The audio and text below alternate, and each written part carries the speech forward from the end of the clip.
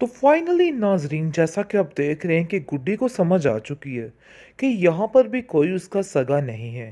खाला बेचारी भी जहांगीर के हाथों मजबूर हो चुकी है, क्योंकि आए दिन इतनी जिल्लत देख के गुड्डी की वो परेशान होती जा रही है। लेकिन वो गुड्डी को गलत समझना शुरू हो गई है कि वाकई में गुड्डी झूठ बोलने की आदी हो गई है। और वो सोनिया से कहती है कि तुम परेशान मत हुआ करो, मैं सब ठीक कर लूँगी और इसको समझाऊँगी, ये ठीक हो जाएगी।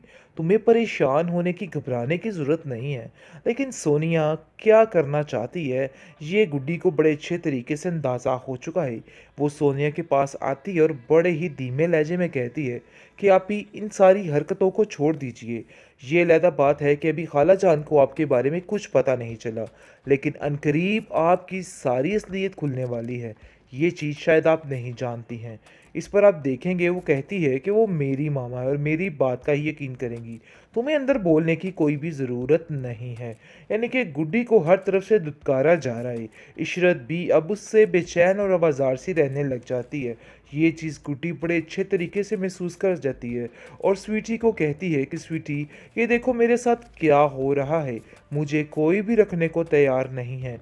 मैं जहाँ जाती हूँ कोई ना कोई नया दंगा फसाद खड़ा हो जाता है और कुछ ऐसा हो जाता है कि सब खराब हो जाता है।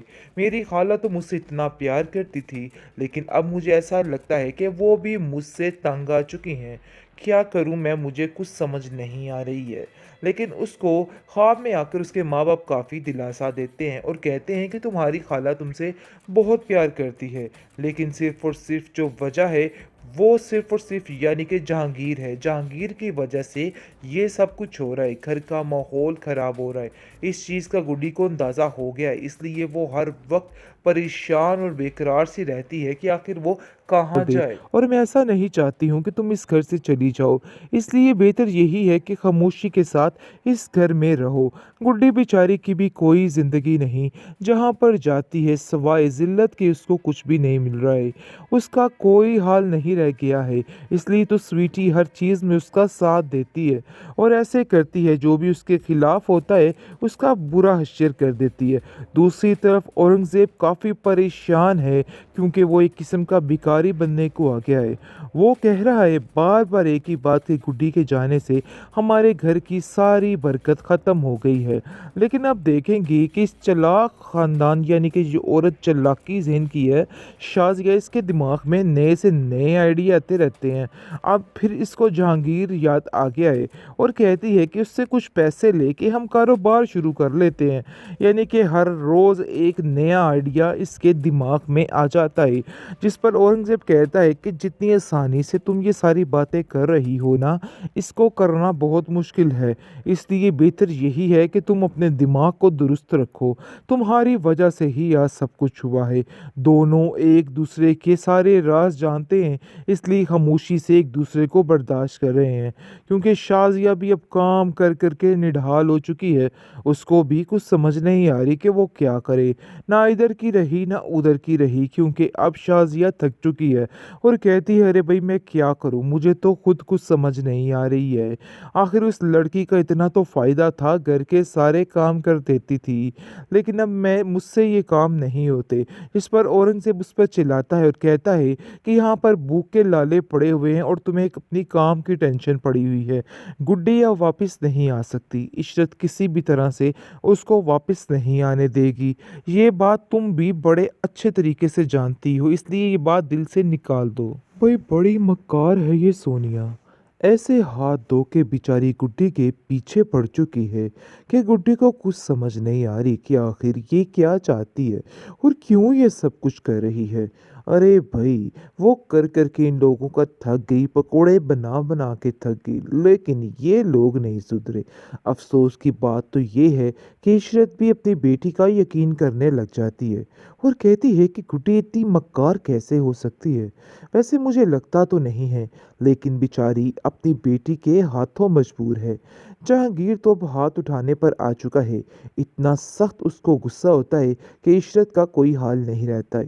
लेकिन आप देखें देखेंगे कि सोनिया की चालाकियाँ उसके अपने ही ऊपर पड़ने वाली हैं। वो ये समझ रही है कि वो बड़ी आसानी के साथ इन सारी चालाकियों से निकल आएगी, लेकिन स्वीटी उसका ऐसा हश्र करेगी कि वो खुद ही गुड्डी से माफ़िया मांगने लग जाएगी और मजबूर हो जाएगी कि उसने क्या करना है और क्या नहीं। और अब देखेंगे कि इशरत कहती है, मुझे यकीन ही नहीं आ रहा कि आखिर गुड्डी तुम इस तरह कितने बड़े बड़े झूठ कैसे बोल सकती हो। मैं तुम्हारा क्या करूं? मैं तुम्हारा सबके सामने साथ देती हूँ, इसका मतलब ये नहीं है कि तुम इस तरह की हरकतें शुरू कर दो। तुम अपने आप को ठीक करो। इस पर हमजा गुड्डी को कहता है कि मैं खुद डर से इस बारे में नहीं बोल पाता हूँ। मुझे पता है कि सोनिया भी कुछ ना कुछ ऐसा करेगी, बल्कि सबको ही हमारे खिलाफ कर देगी, क्योंकि मामा भी हमारे खिलाफ हो चुके हैं। लेकिन बहुत जल्द आप देखेंगे कि खुद हमजा इस बात की गवाही देगा कि हाँ, मैंने अपने कानों से कई दफ़ा सुना है इस सोनिया को किसी से बातें करते हुए। खैर अब देखेंगे कि गुड्डी जो है वो काफ़ी परेशान हो चुकी है, क्योंकि इशरत खाला ने उसको कह दिया है कि तुम्हें बिल्कुल खामोश रहना है। कोई भी ऐसी बात नहीं करनी जिसकी वजह से जहांगीर तुम्हें इस घर से निकाल दे, और मैं ऐसा नहीं चाहती हूँ कि तुम इस घर से चली जाओ। इसलिए बेहतर यही है कि खामोशी के साथ इस घर में रहो। गुड्डी बेचारी की भी कोई ज़िंदगी नहीं, जहाँ पर जाती है सवाए ज़िल्लत के उसको कुछ भी नहीं मिल रहा है। उसका कोई हाल नहीं रह गया है, इसलिए तो स्वीटी हर चीज़ में उसका साथ देती है और ऐसे करती है, जो भी उसके खिलाफ होता है उसका बुरा हश्र कर देती है। दूसरी तरफ औरंगज़ेब काफ़ी परेशान है, क्योंकि वो एक किस्म का भिखारी बनने को आ गया है। वो कह रहा है बार बार एक ही बात कि गुड्डी के जाने से हमारे घर की सारी बरकत ख़त्म हो गई है। लेकिन अब देखेंगे कि इस चालाक ख़ानदान, यानी कि जो औरत चालाकी ज़हन की है, शाज़िया, इसके दिमाग में नए से नए आइडिया आते रहते हैं। अब फिर इसको जहांगीर याद आ गया है और कहती है कि उससे कुछ पैसे लेके हम कारोबार शुरू कर लेते हैं। यानी कि हर रोज़ एक नया आइडिया इसके दिमाग में आ जाता है, जिस पर औरंगज़ेब कहता है कि जितनी आसानी से तुम ये सारी बातें कर रही हो ना, इसको करना बहुत मुश्किल है। इसलिए बेहतर यही है कि तुम अपने दिमाग को दुरुस्त रखो। तुम्हारी वजह से ही आज सब कुछ हुआ है। दोनों एक दूसरे के सारे राज जानते हैं, इसलिए खामोशी से एक दूसरे को बर्दाश्त कर रहे हैं, क्योंकि शाज़िया भी अब काम कर कर के निढाल हो चुकी है। उसको भी कुछ समझ नहीं आ रही कि वो क्या करे। ना इधर की रही ना उधर की रही, क्योंकि अब शाज़िया थक चुकी है और कहती है, अरे भाई मैं क्या करूं, मुझे तो खुद कुछ समझ नहीं आ रही है। आखिर उस लड़की का इतना तो फ़ायदा था, घर के सारे काम कर देती थी, लेकिन अब मैं मुझसे ये काम नहीं होते।